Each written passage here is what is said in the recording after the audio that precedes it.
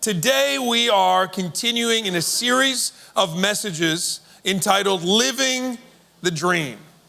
I don't know what season of life you find yourself in. Maybe for some you feel like you are living your best life. You're kind of at the apex of the experience of the dream that you've had. And there's been another season where you're looking forward to what you are now living in.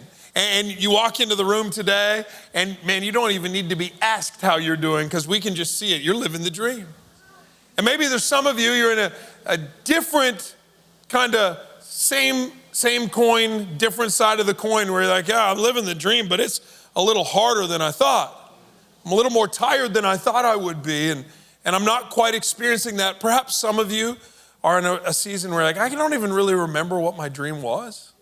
Because I'm just distracted by other things. I'm disillusioned. I'm discouraged. Maybe some have never even thought of the concept that God would have an idea or a dream for your life at all. I want to remind you today from the book of Philippians chapter 2 and verse 13. It says, it's God who works in us to will and to act in order that he might fulfill his good purpose in our life. God has a good purpose for your life. God's purpose for your life is not mid. God's purpose for your life is not generic. God's purpose for your life is not impersonal. God's purpose for your life is not something that he's disengaged with, or he's like, you just whatever you want to do, it's fine. God has a purpose in mind for your life, and it's a good purpose. In the Greek language, it's this word eudokia. We add on the beginning of words to make them good, right? Like euphoric is not just a feeling, it's a good feeling. Euphemism is not just a way to say it, it's a good way to say it. And eudokia, in the very same way, is constructed this way. It's not just purpose, it's good purpose. I kind of get excited about the thought that when God thinks of my life, he's like, I got a plan, and it's a good plan. And God is the best at deciphering what is good and what is bad. He determines the standard. He's the standard bearer, if you will, for goodness. And he says that the plan he has for my life is good. And it's God who works to will and to act. Like he is there in the conception phase of that dream.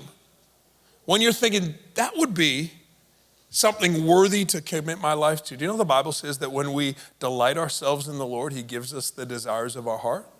And some of you thought the dream you have for your business, your creative endeavor, your art, your family, your relational future, your ministry, that you're like, it's probably just my idea. No, it's God who, as you delight in him, is giving you those desires. And more so, the Bible says this, that when we commit our ways to the Lord, he establishes our steps. So it's God who's working in the conception phase of that dream and who is acting on our behalf. Maybe you're in a season where it's been a while since you've put work into the dream that you once had. Have you ever had a time like that? You're like, man, it's a new year on the calendar. It's like a new season. It's a new month. I haven't done anything since the last time I was here. Maybe for some, you're like, remember last spring when I was going to do that thing? And here I am, and I haven't put work in. But even while we are dormant, God is the one who is working to will and act. He's working on our behalf. Even when things don't feel like they're working, God is working on your dream. It's a great thought. And he's able to do immeasurably more than we ask for or imagine according to his power that's already at work within us. So the bigness of your dream, the grandeur of the ideas you have for your life don't come close to the ability, the capability, the power, and the purpose that God has for your life. And I think I could say with a confidence that there will come a time where you can say, I'm living the dream. Like I really am. I look around, this is what I believe for. This is what I prayed for. And when you do, I would love to say that then everything will be good. The dream will come true and then everything will be good. However, today I want to speak a message called crashing out. Crashing out. What's crashing out, you might ask? Like my 6-year-old did yesterday. My 6-year-old Zion, he goes, one of the kids said something about crashing out. He's like, what's crashing out? I'm like, funny you should ask, Zion. Because if there's one of our kids who might experience it, it could be you. Crashing out, that feeling when emotion takes over. Sure, there's logic. Sure, there's rationale. Sure, there's reason. But emotion has come to the surface. And now I'm feeling so much. That feeling of overwhelmed. That feeling of discouragement. That feeling when you just kind of go, I don't know what I'm going to do. We can recognize it quickly in children, right? We go, oh man, poor guy, he's just crashing out. You see maybe, a mom in a grocery store and got a kid, and the kid, man, they wanted the fishy crackers, not the Chips Ahoy, and they're just crashing out. And you're like, oh, it's okay. And then poor mom is going like, I'm sorry, he doesn't usually do this. And you're like, it's okay. We've all been there, right? You know what I'm talking about. And then sometimes we see that same behavior act out at an older age, and we have a little less tolerance for it, or is it just me? Like when someone a little older, you're like, okay, come on. You should have outgrown this. So the other day, after things started in Toronto, Jennifer and I actually took a few days away. It's been a little bit too long since we've done that. So we had a few days away, just the two of us. So we got on a plane, and we were getting ready to fly. And just adjacent to us, there was this couple, but they weren't seated together.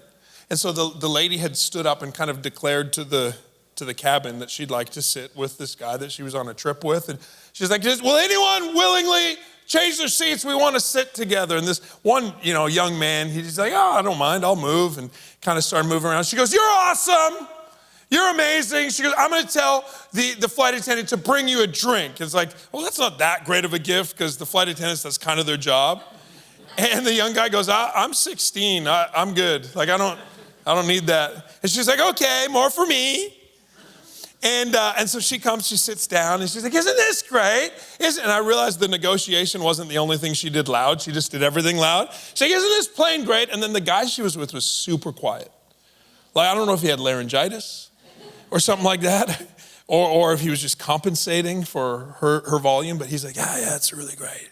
She's like, yeah, like it's amazing. Oh, look at the menu. Look at the food on this flight. And he's like, yeah, it looks great. She goes, we're going to watch movies. He's like, yeah, that'll be great. And so the flight begins, and we're moving along. I sleep pretty well on planes, so I had a little doze off. And I woke up, a while later to the same loud voice still talking. And at this point, she was saying something different, and she was saying it repeatedly. I can't believe you'd say that to me. Why would you say that to me? And then he'd be like, yeah, I'm sorry. She's like, that's not what I asked. What I asked was, why would you say that to me? He's like, yeah, I'm sorry. Why would you say that though? I'm sorry. Why would you? And it just went on and on. So I rolled over, I dozed back off. When I woke up, she was still going. I'm like, poor girl's crashing out. Poor guy. I don't know what he said. It was quiet, whatever he said. Oh, man. The flight had begun with it's going to be so amazing. We're going to sit together. And it turned into, why would you say that to me? I had a little less tolerance for it. But I crash out sometimes. A couple days later, we were going to go to this restaurant, and so I looked online first, and okay, yeah, it's open, looks good. We got there with plenty of time. We walked in, we're like, hey, we're just excited for dinner. And the guy goes, yeah, you probably won't have time. I'm like, what do you mean by that? He's like, yeah, we're closing soon. And I look, I'm like, yeah, like in 90 minutes, right? He's like, nah, we're going to close a little early today. I'm like, but I'm here. Like, what?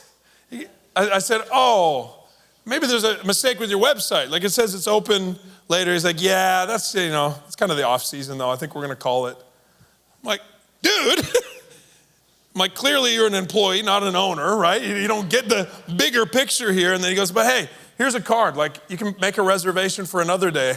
And I made a big scene. I'm like, I will not be making a reservation for any other days, And so we turned, we left, And for the next 15 minutes or so, I explained to Jennifer why that was just bad business, you know? Like, I just don't get, like, why did they, you know? And that guy just probably needed to eat some food, you know? I'm like, yeah, I'm probably over-responding to this. It's not like I was raising my voice, but inside, I was feeling that feeling of, like, frustration. You know what I'm talking about? I think some of us assume that when we experience the dream we've dreamt, we'll feel the things we assume those who already have the dream must be feeling. Like we look at somebody who's got an enviable type of relationship that we'd like to have, and we think, wow, it must be nice. They must feel so seen, heard, understood, and listened to at all times. If I ever had that type of relationship, I would never be anything but grateful.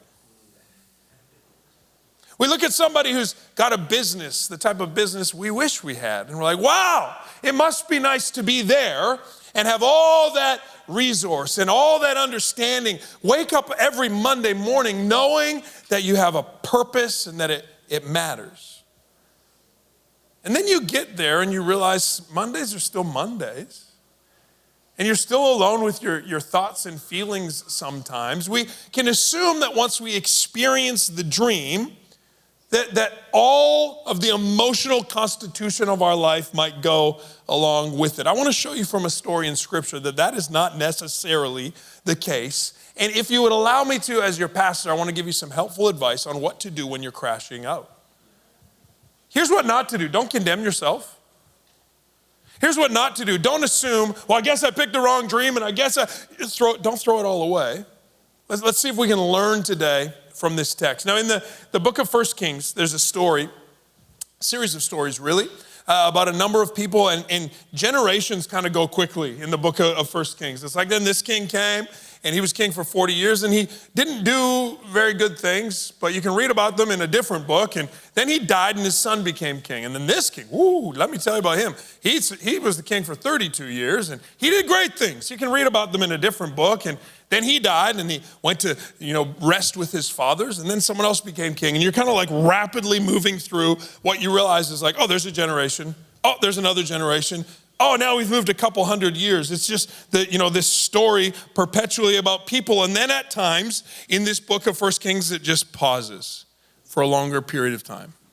So in 1 Kings 17, that takes place. There's like rapidly moving generation after generation after generation. And then 1 Kings 17 comes, and there's the introduction of this new character. His name is Elijah. I don't know if Elijah felt he would be as significant as he was, and yet he's referenced all through the New Testament as this significant, crucial figure. Elijah, he comes onto the scene, 1 Kings chapter 17, verse 1, it says, now Elijah the Tishbite from Tishbe in Gilead said to Ahab, as the Lord, the God of Israel lives, whom I serve, there'll be neither dew nor rain for the next few years, except at my word. That's an awesome introduction. This guy appeared and said, I control the weather. That's what he said. He said, I control the weather.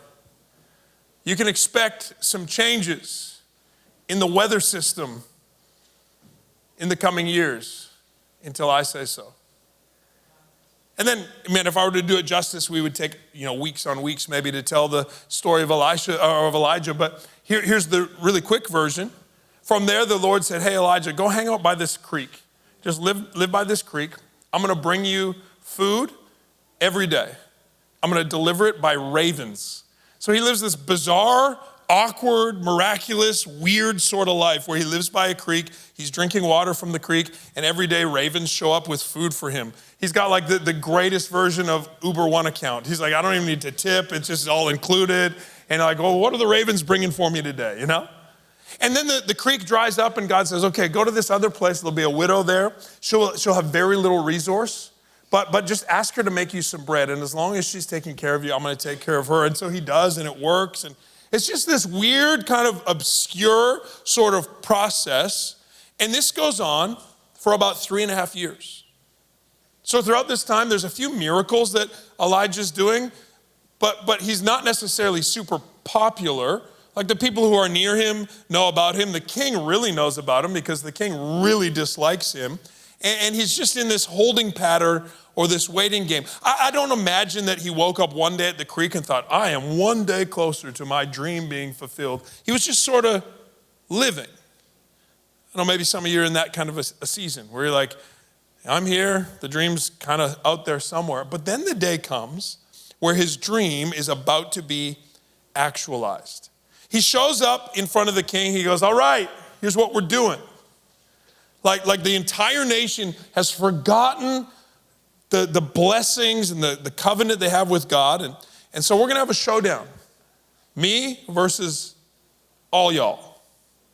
Because you bring your prophets and your priests for your idols. You set up a sacrifice. Pray to Baal, who was the idol that the nation had turned their hearts towards. He goes, pray, and if your sacrifice burns, then I was wrong all along.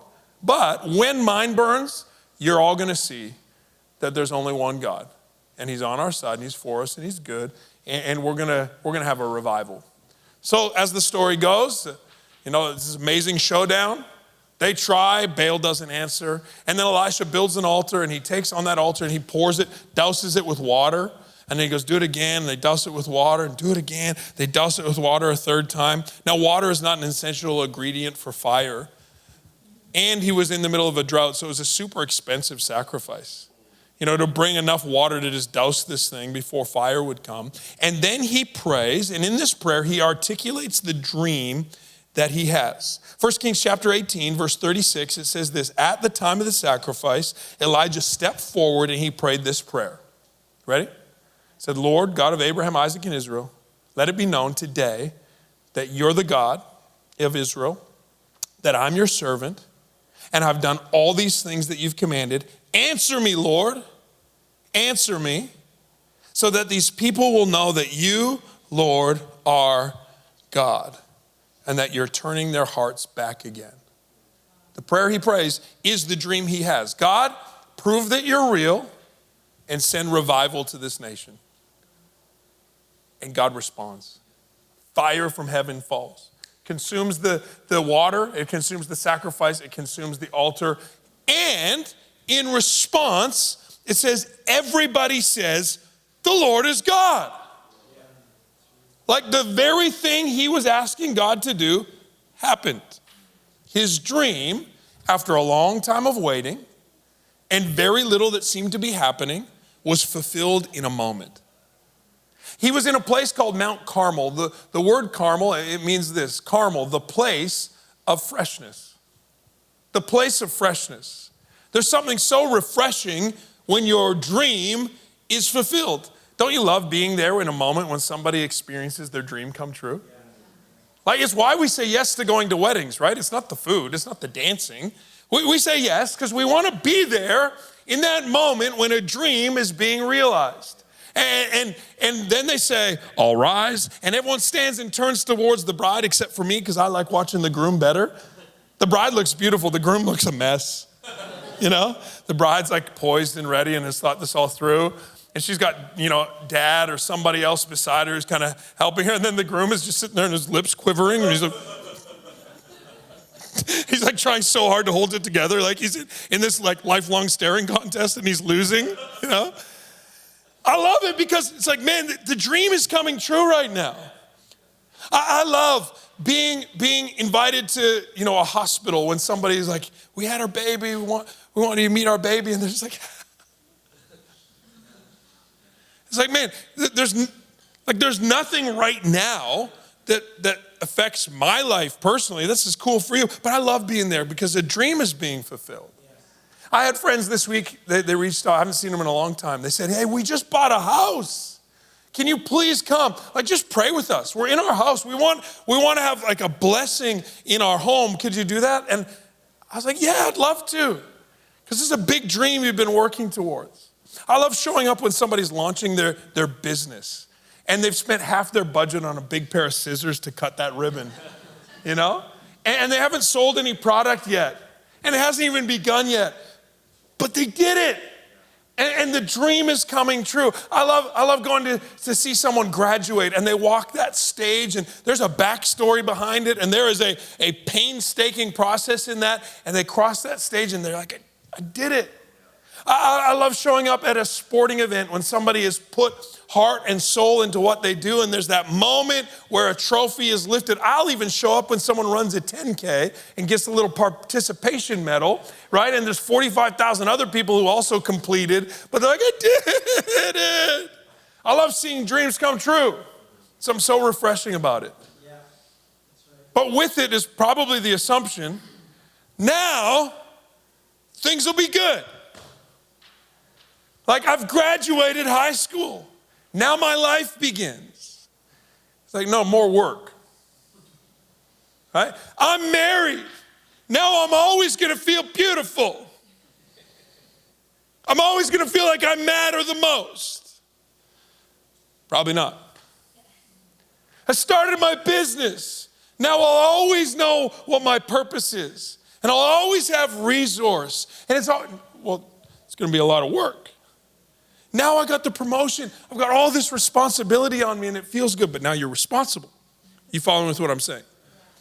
So I don't know what Elijah's internal world was doing, but I do know this, that after this moment of revival, everyone's like, well, God is God. And Elijah, you were right. And man, we got to change our hearts. And the nation's heart is kind of shifting.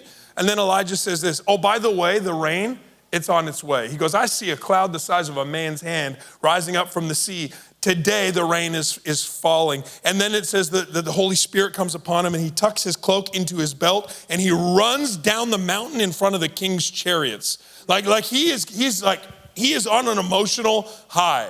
He is pumped right now. He's outrunning the king's horses and chariots. And he gets to the bottom of the mountain. And he gets to the bottom of the city. And here's where we pick up this story. 1 Kings chapter 19. It says, now Ahab told Jezebel, his wife, everything that Elijah had done. And so she said to him, may the gods deal with me, be it ever so severely, if by the end of this time tomorrow, I do not make your life like one of them. Or in other words, you're not dead. So Elijah was afraid. And he ran for his life. And when he came to Beersheba in Judah, he left his servant there while he himself went down a day's journey into the wilderness. He came to a broom brush tree. He sat under it and he prayed that he might die. I've had enough, Lord. Take my life. I'm no better than my ancestors. Then he laid down under the bush and he fell asleep. Short translation, he crashed out. How's that possible? He just experienced the fulfillment of his dream. He articulated, God, all I want to see is that you prove yourself real and that the nation experiences revival. And God goes, bet. Proves himself real. The nation experiences revival. And then Elijah's like, I'm done. I'm so over this. Why? Well, the dream coming true doesn't bring an end to opposition. We might feel that once we experience the fulfillment of our dream, all of a sudden everyone will see what we see. Not always the case. In fact, sometimes the fulfillment of a dream actually invites more opposition. Like, why is it that whenever I try to step out in obedience to what God has for my life, whenever I try to do the right thing, I actually receive hate for it? Like, whenever I do nothing, whenever I live in mediocrity, people like me, and I step out to do something great, and all of a sudden I've got this opposition. He's like, all I'm doing is obeying God. I'm like, why are you guys not happy? The rain is back. Why now are you deciding to kill me? Because the dream being fulfilled doesn't mean an end to opposition. I just want to warn you that the thing you are aiming for, pursuing, and about to grab hold of won't mean necessarily the end of opposition. It might actually invite some new opposition. Number two, the dream didn't bring an end to fear. I think we tend to believe, once I experience my dream fulfilled, I'm going to be so confident. I'm going to be so bold. Like many carry insecurities with them that they assume once I'm married, it's gone. The truth is, it might be magnified. So many carry insecurities. They think once I reach this new promotion, it'll be gone because I'm going to be a manager, only for it to expose their insecurities all the more. Once I'm effective in the ministry that I feel God has called me to, then I'm going to know that I am who I am. Well, maybe. But most often when the dream is fulfilled, we still have to conquer fear in our lives. Number 3, the dream didn't bring an end to isolation. I think we assume that once we step into our dream, all of the sudden we find our tribe. You know, it's great messaging. You know, I'm going to step into my purpose, and then I'm going to just have all these people in my life, and we're all going to be on the same page, and we're all going to be excited, and I'll never feel lonely again. Like I've talked to people who think once I have a family, I won't feel lonely. And then they have kids, and like, I feel so alone in this. Once I'm in ministry, then I won't feel lonely, only to start ministry and go, nobody else cares about this the way I do. Once I move to the place that I've dreamed to live, and I finally get the visa that I need to get, and it is now home, I'm gonna be so vitalized in my community, only to feel as isolated as they felt before. The dream didn't bring an end to isolation. All of a sudden, Elijah's isolation feels so exposed. When was he more alone? At the creekside with only ravens visiting him. He was really, really alone there. And after the hearts of the nation turned, he's like, I'm alone. Nobody cares. I'm over it. I'm done. And the dream, number 4, didn't bring an end to exhaustion. Most of the things we dream about are not endings, they're beginnings. They're not an end, they're a beginning. We celebrate the end of things, but what we're really celebrating is now this is a new reality from here on out. Again, I'll use the same illustrations. A wedding is the beginning of something. Like you're excited because it's the end of singleness, but it is the beginning of the hardest thing you're ever going to do. The bringing of a baby into your life is the beginning of a responsibility that you never outgrow. Getting that new position is the beginning of bearing a weight that you've never had to bear before, that you'll never be able to put down again. Graduating is it's the end of a season of education, but it's the beginning of putting it to work that we're celebrating. Are you following with me? So it's not the end of exhaustion. It's probably the beginning of a new level of tired. But we look at people who are living their dream like, they must feel so at peace always. No, they're grinding. They're working. They're feeling it. They're bearing some weight. Elijah in this moment crashes out. Now, I will say, to his credit, he crashed out in the right place. So he's at Carmel, called the place of freshness, experiences his dream come true, but he's got oppositions, fear, isolation, and exhaustion. So he goes to a place called Beersheba. Beersheba means the place of oath. It's like he revisits that commitment he had made to the Lord, because the commitment he made to God was also God's commitment to him. It's like sometimes we think that we're the ones who really committed to the dream in our life. No, God is the one who wills and acts according to his good purpose. He's the one who cares about us seeing our dreams come true. Do you know that God cares more about your future than you do? That God cares more about you realizing your potential than you do? That God actually cares more about your prosperity than you do? That God cares more about you living in your blessing than you do? That God cares more about your fruitfulness than you do? So he revisits this place where God had commissioned him, this place of an oath. And he's like, God, I'm done. I quit. So now if you'd allow me in the next 11 minutes, I want to give you some advice, pastorally. What do you do when you're crashing out? Now, some in the room, you might feel, wow, it's getting really personal. This is just about me. It's actually not. Like this might be what you're going through right now, but this is not just about you. And others in the room, you might say, hey, it doesn't apply to me. It actually does. It actually does. Like write these things down and keep them somewhere where you will remember, because we will all have times where experiencing the blessing God had for us will feel way harder than we thought it would. We'll all have times where the thing that we're giving our life to is taking the life out of us. Are you with me? So what do you do when you're crashing out? Well, let's look at Elijah's story. It says this, so he fell asleep in that place of despair. And it says, all at once, an angel touched him and said, get up and eat.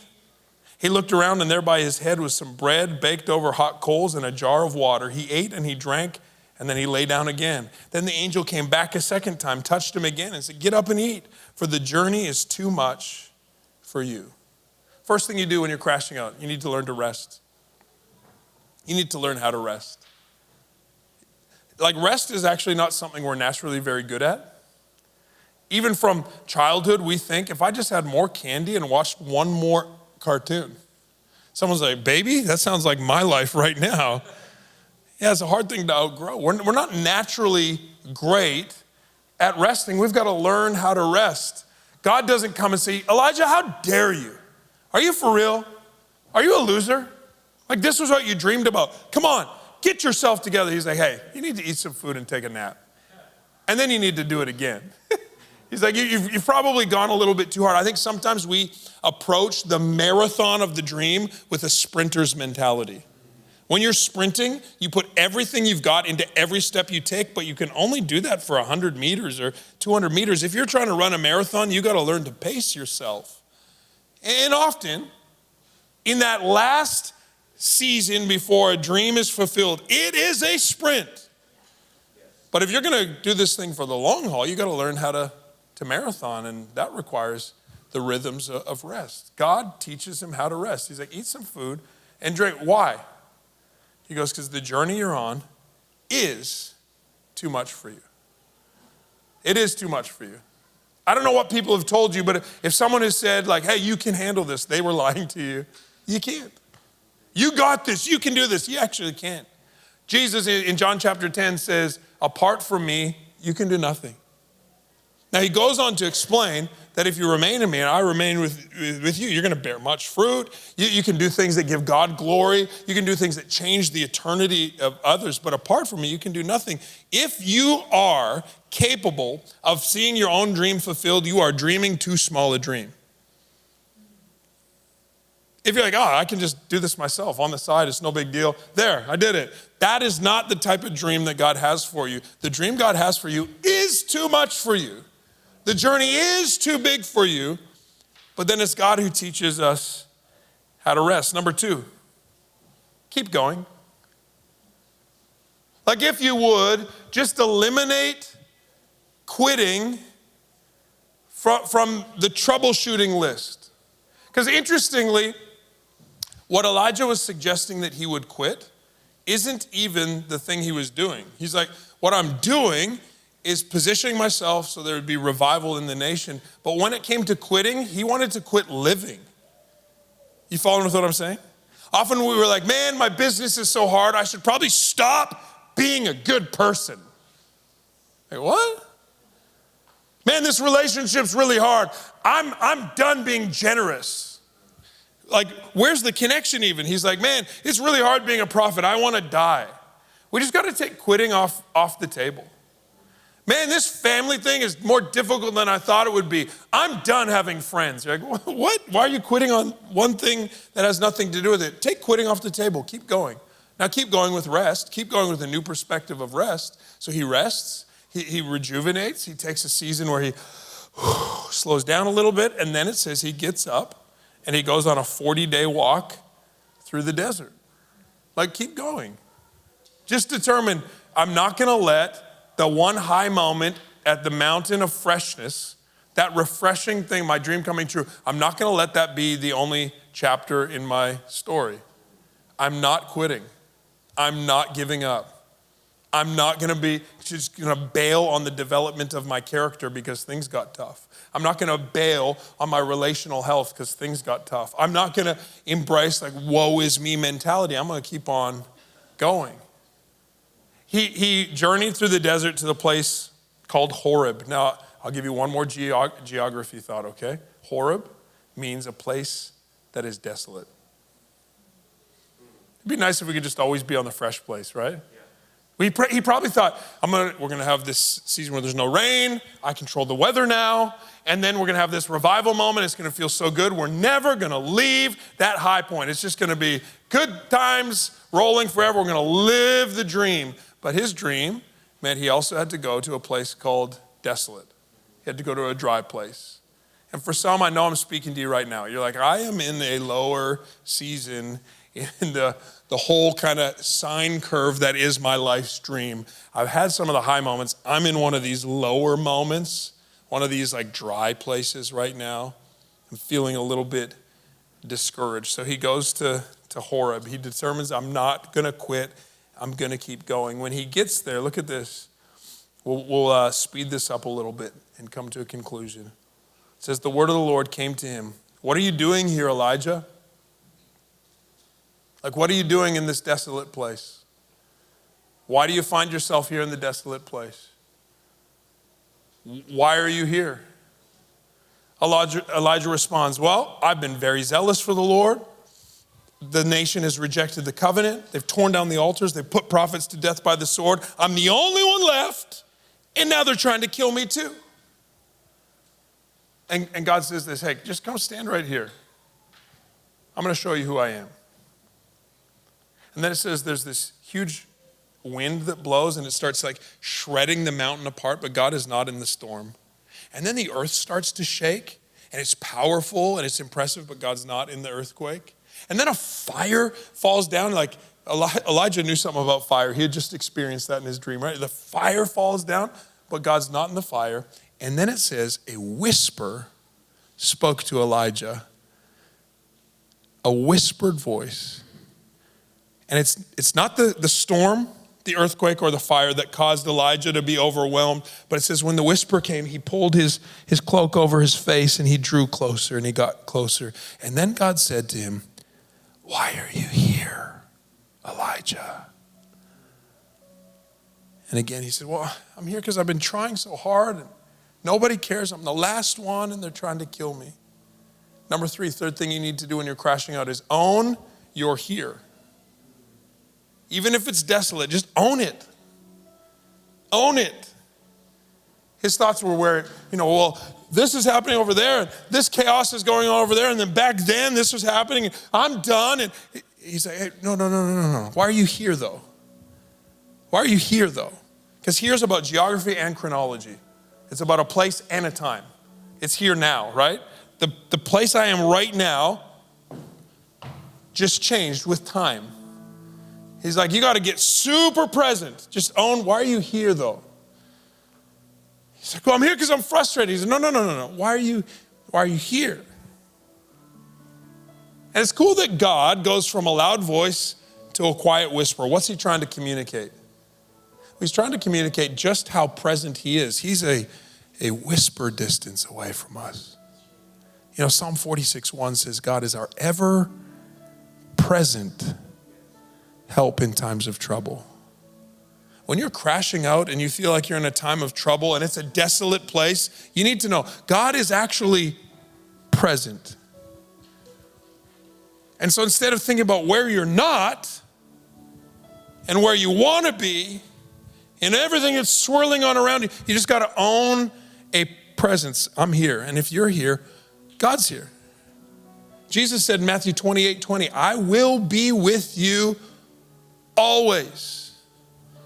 My friend, wherever you find yourself today, whether you're in a fresh place or a desolate place, God is present. He is here now. And so he speaks in a whispered voice.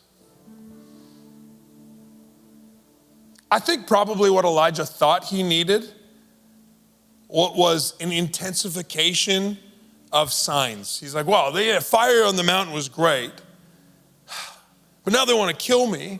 I need to see more power. And so God's like, oh, you want to see like storms and earthquakes and stuff? He goes, listen, the greatest resource you have is not the big miraculous things. It's my presence with you. It's the greatest resource you have. It's not fire on the top of the fresh place. It's the whisper in the desolate place. Like the greatest part of your life story is not going to be the few highlight moments. it's going to be in the valley of the shadow of death. I did not fear evil because God was with me. He comforted me. He never left my side. And that's what fuels us to go the distance. That's that's the marathon mentality. Praise God for those high moments. But the depth of Elijah's story is not the revival moments, it's the faithfulness that he learned by responding to the whisper. Number 4, obey the Lord. In a whisper, God gave him some instruction, and Elijah did it. In a whisper, he says, now I want you to go back the same way you came, go back through the desert, anoint Hazael to be king over Aram, anoint Jehu to be king over Israel, anoint Elisha to be a prophet who will come alongside of you. Like go do some stuff. And Elijah did it. You might think this is no big deal. I think it's a huge deal because for so many of us, when we are crashing out, we start making some foolish choices. And the things we need the most are the things we cut out the first. Like, that's it. I'm done, like I said before. Character development, I don't have time for that. Community, I'm over it. Like, I'm just going to make some drastic moves. No, obey the Lord. Obey the Lord. Do what God says. It might even be you need to go back the way you came. Just obey the Lord. There is blessing in obedience. Don't let a little bit of opposition intimidate you off the stance of obedience. Don't let your fears start to dictate whether or not you will obey. Don't let isolation be a loud voice in your life that entices you away from obedience. Obey the Lord. And number 5, lastly, you got to find community. You got to find community. This story ends with this. And then God said, hey, there's still like 7,000 other people who are exactly like you. He felt alone. There was not just 1 or 2, there was 7,000 other people.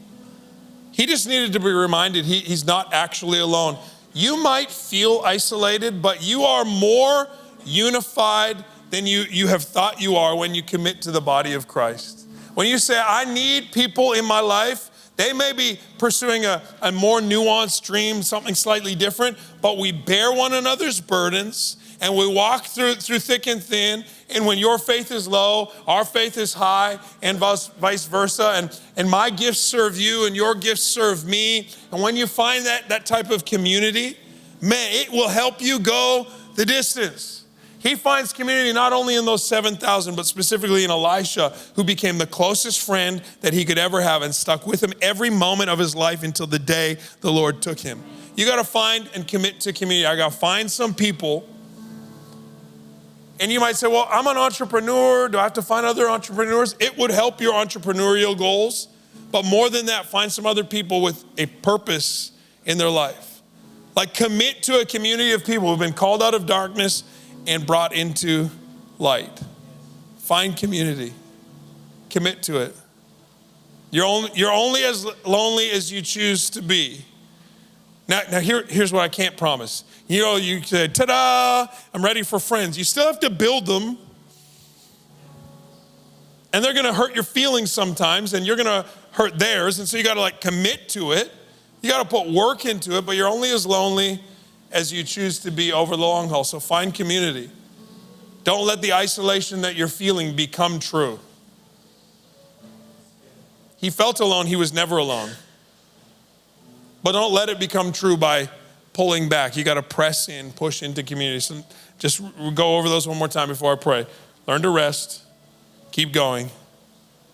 Own your here. Obey the Lord. Find community. You might not be crashing out right now, but you will. And when you do, no one's mad at you. No one's judging you. We got this. We can do this thing together. God has put you on a mission that matters. And you're here now for a reason. And not only are you here now, but God's here now. And he's an ever-present help in times of trouble. Therefore, you don't have to fear. Let me pray for you.